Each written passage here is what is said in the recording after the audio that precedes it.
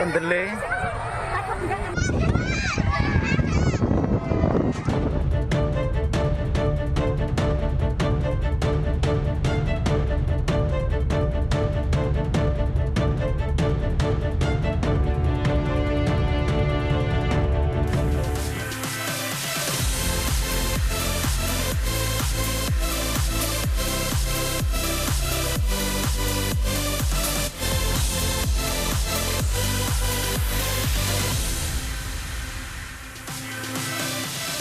Dua bayi diduga tertukar di Rumah Sakit Umum Daerah di Sumeneb, Jawa Timur. Tingkat pemulihan dan resiko penularan corona pada anak di Rumah Sakit Wisma Atlet.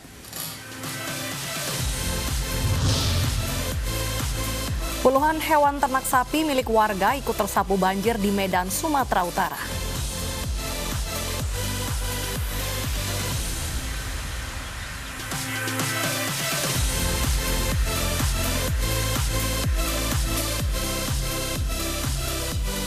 Halo, selamat siang pemirsa. Ini siang kembali hadir memperbarui informasi Anda siang ini. Bersama saya Stefani Patricia, namun saya tidak sendiri, ada rekan saya Bernadetta Ginting.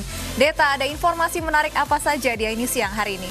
Baik Stefani, selain 3 informasi utama tadi pemirsa, kami juga memiliki informasi lainnya. Dan tepatnya suka duka tenaga medis merawat pasien COVID-19 hingga berbulan-bulan tidak pulang ke rumahnya di tengah kekhawatiran penularan COVID-19. Dan pemirsa, inilah ini siang selengkapnya.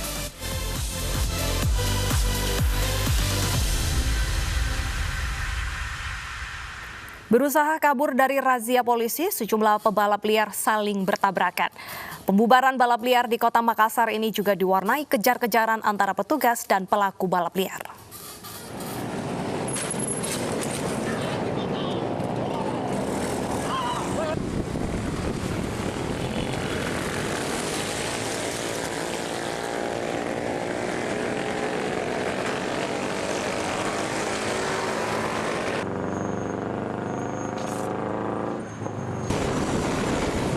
Puluhan pebalap liar tunggang langgang melarikan diri saat tim penikam Polrestabes Makassar menyergap.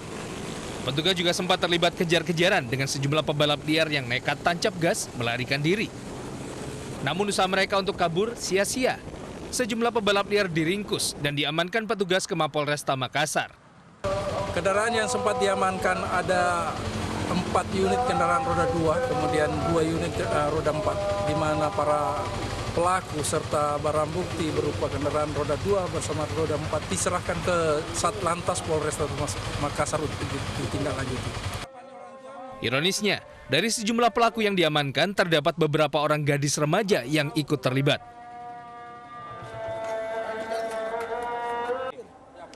Sebagai efek jera, para pelaku lantas diberi hukuman fisik dan pembekalan. Mereka juga diberi sanksi tilang dan disita kendaraannya.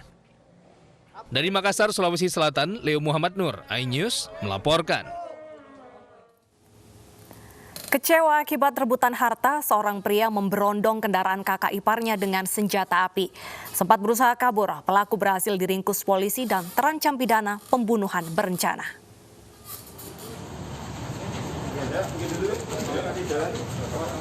Lukas Jayadi digelandang polisi setelah sempat berusaha kabur usai beraksi memberondong kendaraan kakak iparnya dengan senjata api.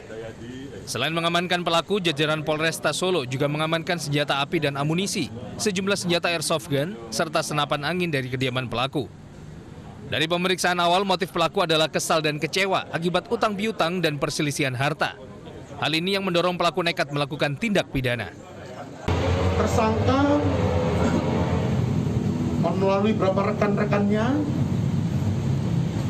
mendapatkan informasi apabila bahwa aset tersebut sebenarnya bisa bernilai sampai 26 M.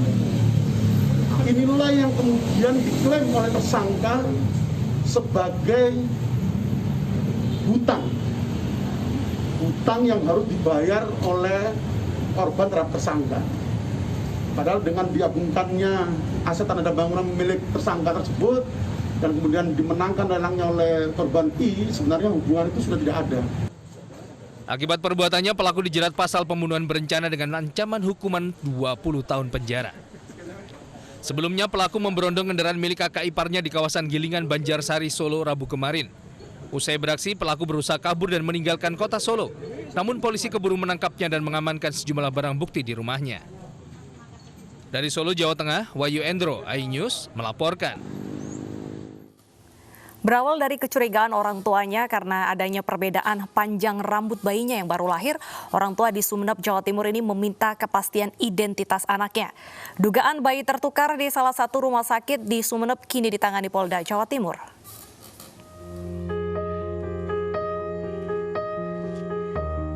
Bak judul sinetron, Subroto tidak menyangka anaknya yang tertukar di Rumah Sakit Umum Daerah Dr. Muhammad Anwar Sumeneb, Madura, Jawa Timur. Anak kedua dari pasangan suami istri, Subroto dan Nurman Ningsi ini lahir pada tanggal 13 November 2020. Kecurigaan tertukarnya bayi ini berawal saat pertama kali menyusui bayi dalam kondisi tanpa rambut. Namun selang 3 hari kemudian, tiba-tiba topi bayi terjatuh dan terlihat bayi sudah berambut lebat. Ya, bayinya ditinggal di sana. Kembali lagi di hari Minggu, nyusuin lagi ke atas ke bayi itu. Ternyata setelah nyusuin, topi anak yang disusuin itu jatuh lagi. Nggak taunya rambutnya itu panjang. Meski sudah dilakukan tes DNA oleh pihak Polda, tetapi pihak keluarga masih janggal dengan proses penanganan dari pihak rumah sakit. Hingga tayangan ini diberitakan, pihak RSUD Dr. Muhammad Anwar Sumeneb tidak dapat ditemui. Dan dalam sambungan via telepon, Direktur Utama RSUD menyampaikan bahwa kasus ini sedang ditangani tim DVI Polda Jawa Timur. Dari Sumeneb, Madura, Jawa Timur, Abdul Rahim, iNews melaporkan. Pemirsa, sebuah video anak terjatuh dari layangan raksasa viral di media sosial. Sang bocah pun langsung dilarikan ke rumah sakit untuk penanganan medis.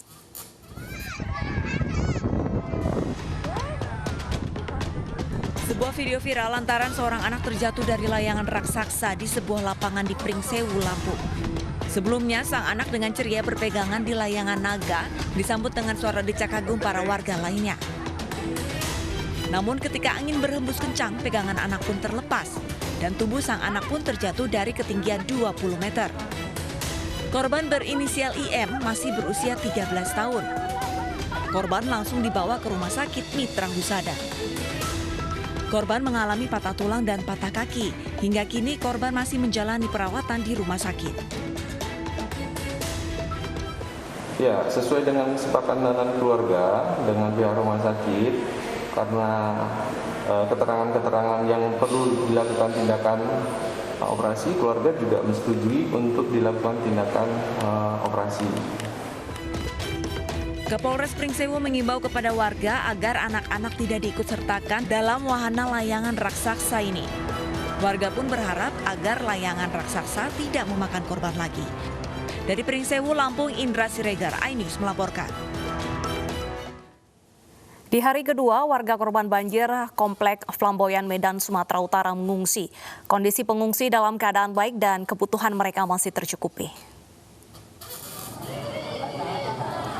Pemerintah setempat mencukupi kebutuhan para pengungsi korban banjir di kantor Balai Desa Tanjung Selamat. Warga mengaku kebutuhan makanan yang diberikan sesuai jam makan sebanyak 3 kali sehari. Alat tidur seperti selimut dan bantal, serta kebutuhan untuk bayi seperti susu, pampers, dan lainnya juga sudah tercukupi dengan baik. Namun warga masih trauma dengan banjir yang terjadi pada Jumat dini hari lalu. Warga berharap agar pemerintah menyediakan tempat tinggal bagi mereka yang rumahnya hancur total disapu banjir. Saat ini petugas hanya menemukan pengungsi yang mengalami sakit ringan seperti flu dan juga demam.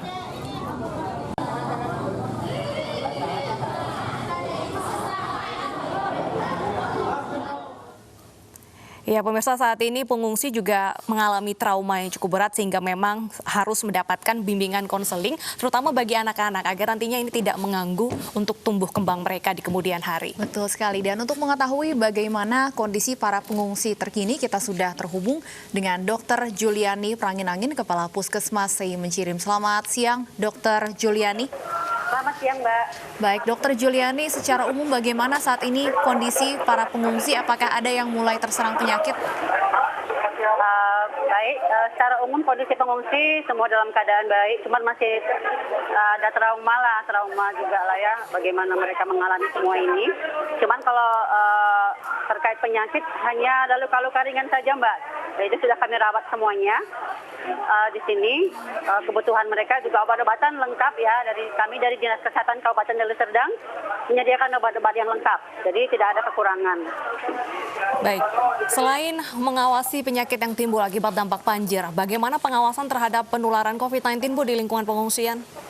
Inilah yang kami lakukan, Mbak. Memang banyak orang ya, ada juga keluarga-keluarga yang berkunjung, tetapi tetap kami perhatikan protokol, Mbak. Ya, jadi masker selalu harus dipakai. Ya, harus jaga jarak juga. Setiap orang yang masuk ke dalam harus menggunakan masker. Baik, itu yang kami lakukan. Iya, Dokter Juliani, kalau tadi Anda sampaikan selain penyakit ringan, warga juga mengalami trauma. Apa yang akan dilakukan untuk trauma healing warga, terutama mungkin anak-anak? Itulah, Mbak. Mungkin nanti ada dari dinas lain juga kali yang membantu ya, Mbak. Kami tetap menghimbau juga agar mereka semuanya tetap berdoa, sabarlah, begitu, Mbak, dalam menghadapi musibah ini. Tetapi kan banyak juga kunjungan-kunjungan yang datang kemarin, Mbak, terkait dinas-dinas yang lain juga nanti bisa membantu ya dari segi psikisnya. Baik, apa saja Ibu fasilitas kesehatan yang didirikan di tempat pengungsian? Fasilitas yang kami dirikan sini terkait dia itulah posko kesehatan. Kami sediakan juga semua, ada juga ambulan ya, oksigen, mana tahu ada yang mengalami sesak misalnya. Semualah perlengkapan, ada kursi roda dan segala macam kami sediakan juga, Mbak. Baik, terima kasih Dr. Juliani Perangin-Angin, Kepala Puskesmas Seng Mencirim sudah bergabung bersama kami di Ini Siang. Semoga sehat selalu, Dok.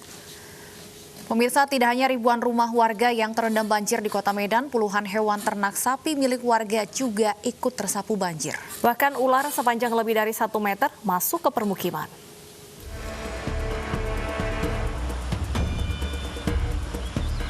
Inilah video amatir puluhan ekor ternak sapi milik warga Medan Sunggal ikut tersapu banjir yang terjadi di Kota Medan pada Jumat dini hari.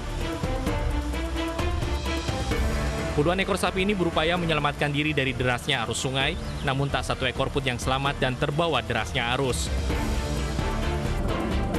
Belum diketahui siapa pemilik puluhan ekor ternak sapi ini, namun diduga puluhan sapi ini milik warga di seputaran Tanjung Anom, Kecamatan Medan Sunggal, yang selama ini diketahui sebagai tempat beternak sapi di Medan.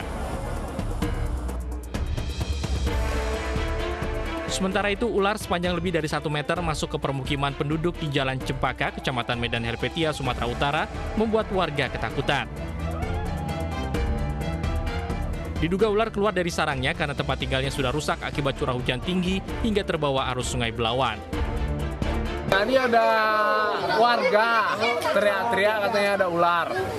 Nah terus itu dikejar, rupanya masuk ke rumah warga. Jadi kita tangkap, ternyata ular sanca. Ada berapa meter ya? Kira-kira 1,5 meter. Itu karena banjir ya keluar itu? Iya. Ular tersebut rencananya akan dilepaskan di hutan yang jauh dari permukiman warga agar tidak membuat resah warga. Dari Medan, Sumatera Utara, Said Ilham dan Ahmad Ridwan Nasution, iNews melaporkan. Angka kematian anak akibat terpapar corona di Indonesia tertinggi di Asia Pasifik. Kami akan kembali dengan informasi selengkapnya sesaat lagi.